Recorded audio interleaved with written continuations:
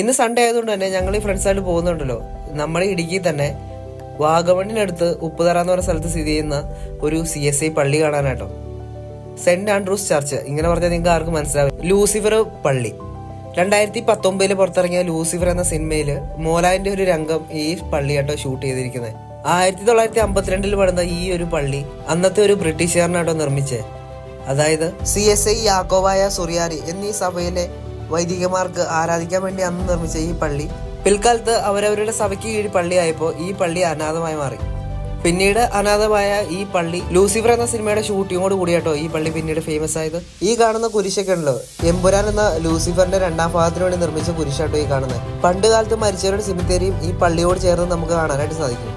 നിങ്ങളും ഇനി ഇടുക്കി വാഗമൺ സൈഡിലോട്ടൊക്കെ യാത്ര ചെയ്യുന്നവരാണെങ്കിൽ ഈ ഒരു സ്പോട്ട് വന്ന് കാണാൻ മറക്കണ്ട കേട്ടോ. അടിപൊളി സ്ഥലം കേട്ടോ. അപ്പോൾ ഇനിയും എൻ്റെ അക്കൗണ്ട് ഫോളോ ചെയ്യാത്തവരാണെങ്കിൽ ഫോളോ ചെയ്ത് കൂടെ കൂടണേ.